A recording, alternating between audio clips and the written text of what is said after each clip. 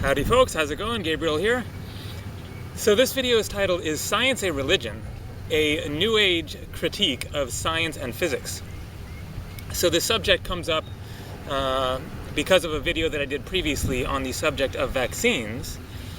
And in that video, then I addressed the issue of is science a religion? Just gave my personal opinion on that question. Now, I am, for lack of a better term or terms, a hippie, new age, liberal, left-wing, bleeding heart, tree-hugging goddess worshiper, something like that. But I don't really care for labels all that much, so I'm just a person with my own unique views on life, the universe, and everything. But that's kind of my general, vein or whatever.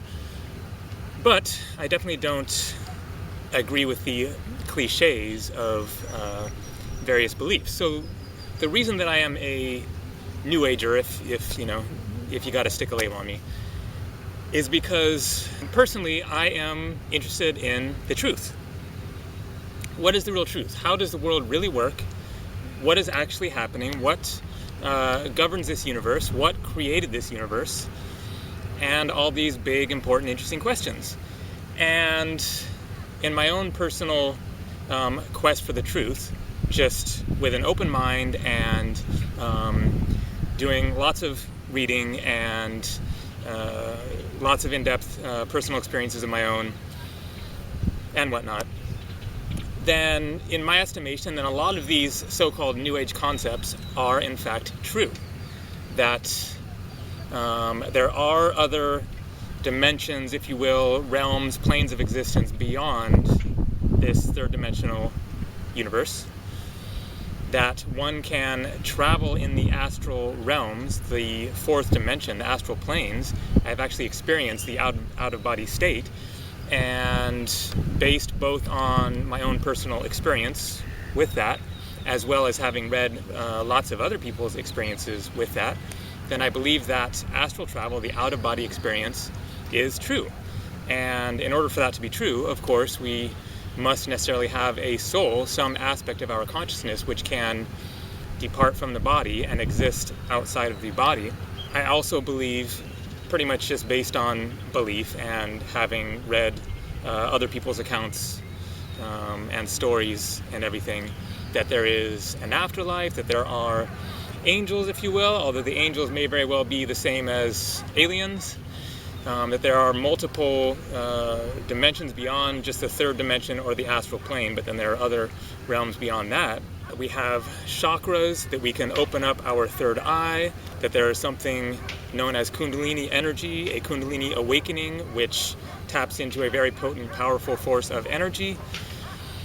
And so a lot of these New Age type of ideas, I believe, are true, are real. Not all of them, by any means. Certainly there's plenty of BS mixed in. But the New Age view of science, according to many, is that science is a religion, and I don't agree with this. There are many different ways to look at this and sort of try to take things apart and examine this subject. Certainly there has been conflict, if you will, between science and religion for centuries, millennia. Science holds a view essentially that the material world is all that exists, and that the guiding principles of determining reality are based on objective observation, being able to repeat an experiment with multiple sources to verify based on calculations, etc. Religion holds, obviously, that there is a God, an afterlife, something beyond this realm, and that we should govern our lives based on ethics and morals, and that to some extent the material world is ungodly, that there is a higher plane, a higher realm beyond this one, which we are striving to ultimately arrive at. And I think that there are faults in both perspectives, and there is also a crossing point of them. But science, in my view, is not at all a religion. Religion is based on faith, the testimony of others. Generally, it is a matter of a spiritual prophet who comes down and has a message to deliver to humanity and says that I have learned that this is the way that things work, and then people who become followers subscribe to that belief. And so religions don't evolve a whole heck of a lot. Judaism, Christianity, Islam, Buddhism, Hinduism, they are all based on ancient texts, at least 1,500 years or so old, Islam being the youngest religion of those. And certainly there is evolution, there is change, there is progress to some extent, but they are anchored to that ancient text, the words of the prophets, and they are continually referring back to that to determine what reality is and how they should live their lives.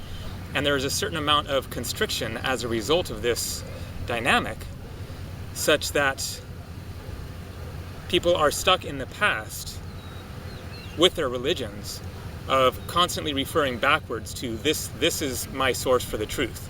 And so religions really kind of stay frozen to a certain extent. Science, on the other hand, is making advancements in leaps and bounds such that a year from now it will have changed. Certainly it's changed a lot in the past 10 years. It's changed, almost utterly in the past century. Science does not hinge itself on the past whatsoever. As soon as theories from the past are determined to be wrong, then they are immediately discarded with absolutely no attachment to them, and then you move on to the next theory. And so science is really this moving monster of just constant progression and constant evolution, and constantly leaving behind the parts of itself that it has determined are no longer relevant, and then constantly adopting new theories and beliefs about the universe. And so science is absolutely, utterly changing and evolving very rapidly. And science is based on, as I said, as everyone knows, research and verification and multiple sources being able to come to the same conclusion by repeating the same experiment. Science is not a religion. It is not based on faith. You do not get to the moon based on a belief that you're going to get there, at least not in the third dimension. In the astral planes, that may very well be the case, that you can just go to the moon based on your thoughts, but science is, of course, constricted to and focused on this third dimensional physical realm. Now, that is where I get to my critique of the flaws of science, because on one hand, I would say that science is absolutely mind-blowingly amazing, astoundingly right on in its ability to determine the nature of reality and how things work, and to be able to see back into almost the very beginning of time itself. And I don't put any credit really into the theories by many conspiracy theorists that you can't trust what the scientists are saying, don't believe the numbers, just kind of discard it all because you can't verify it for yourself. I take at face value what scientists are determining, not everything, and I am certainly skeptical about NASA, for example, that there may very well be information that is not being divulged. I would bet on it that there is information that is not being divulged, and the full truth is not being revealed to people. I do believe conspiracies are going on. I do believe in a Illuminati of some sort, that there is a world management control system in place that is designed to some extent to keep the people of Earth disempowered and not apprised of of the full story, and that certainly there are technologies that are not being revealed to people. And so I'm not saying whatsoever that I believe everything that the scientists say as being the truth, the whole truth, and nothing but the truth. However, of that which has been revealed and is written about in the books, and the basic construct of the universe, such as the book that I'm reading at the moment, Bill Bryson, A Short History of Nearly Everything. I'm just getting started with it, but it's really good. It's sort of physics for dummies in a way. He's just kind of capturing the whole creation of the universe and the earth and everything as best as he can. And so I don't come from a perspective of don't trust what the scientists are concluding. You're talking about thousands and thousands of different individuals with their own personal purpose and goals and agendas and desires. Even if there is an overarching control system in place, there are independent astronomers, there are independent scientists, biologists, etc., working on all of these various issues. And so I do believe that science has figured out to a great extent how the physical universe really works. However, I also believe that science is inextricably flawed because, as I mentioned at the beginning of this video, then I also believe in these New Age type of phenomenon, astral traveling, multiple planes of existence, aliens existing, very likely in the third dimensional universe, but also very likely beyond the third dimensional universe. I believe in God. I believe in an afterlife. And science does not acknowledge this stuff. Science says this is all hocus pocus, spiritual, New Age, religious, whatever, stuff that people believe in order to feel better about their mortal brief and inconsequential existence. But I believe that there is a God and that there is a spiritual world. So the problem with science, in my view, is not that it is wrong about what it is determining, but that the overall approach to reality through science has narrowed its viewpoint down to a worshiping of objectivity. And this is a major problem. Now, first I will just mention what I believe has resulted as a consequence of this imbalance in favor of objectivity and against subjectivity, which is that we have created amazing, mind-blowing, seemingly magical inventions, and yet they are imbalanced with the cycles of nature, and we are polluting the planet, and the oceans are dying, and we're killing off the forests, and climate change may very well be a result of human activity. That one I'm definitely kind of on the fence about myself. But there is an imbalance in humanity at this time, clearly, that is resulting in rapid extinction of species, the fish in the coral reefs disappearing, you name it. All the stuff that we hear about, that as a human being with a relatively short lifespan, it's easy for people to deny that and say, well, things are still working for me. I mean, I can still go swimming in the ocean. There's not that much garbage right here, or whatever. But in the larger perspective, then we are affecting the planet. No doubt about it. Humans are affecting the planet, whether it's climate change or not. But other aspects of our world are being dramatically impacted by human activity. And I would say that this goes along with the scientific viewpoint of overly focusing on the physical universe and overly emphasizing objectivity versus subjectivity, saying that the subjective experience is inferior to objective determining, and that you can really only trust and know what exists based on objective observation and scientific testing and determining. So I'm going to give one specific example of a major gap in science in this regard, which is consciousness. So how do we know that consciousness exists? To the best of my knowledge, then, there is no scientific evidence of consciousness. Correct me if I'm wrong, but I've looked around on this a little bit, and there is no objective verification of consciousness. There is no microscope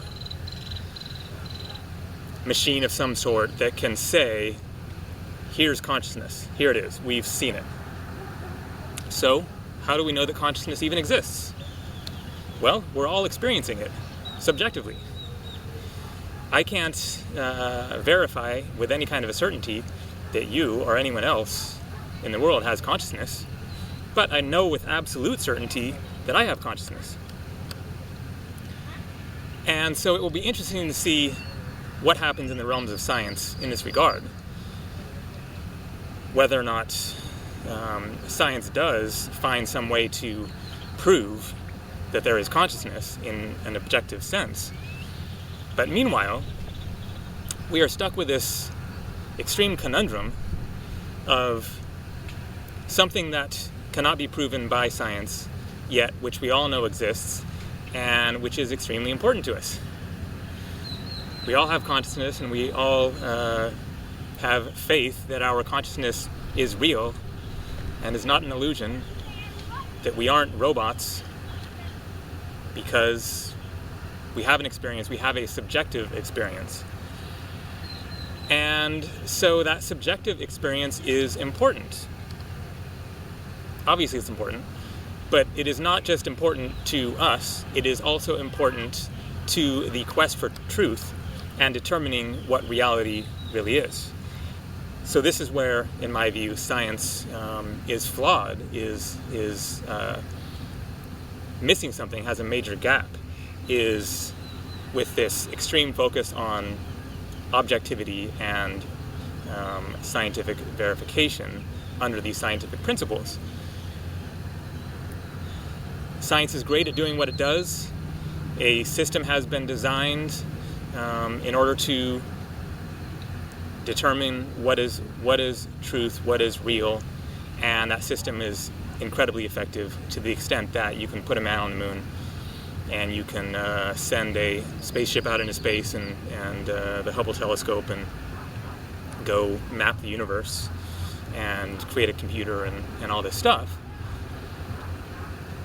But meanwhile, we are having a subjective experience, and in my view then, the way to access these other realms, the other part of reality that science is blind to and perhaps can never truly determine and verify exists because it exists outside of the scientific principles, the way to access and to see and to come to understand these other aspects of reality is through the subjective experience. Science, to some extent, is on a dead end of sorts, in that it can keep trying to solve the mysteries of the universe through the means that it has available to it, but it will never truly determine truth as long as it is only focused on the third-dimensional physical realm, because there's something beyond the third-dimensional physical realm. And I can't prove that.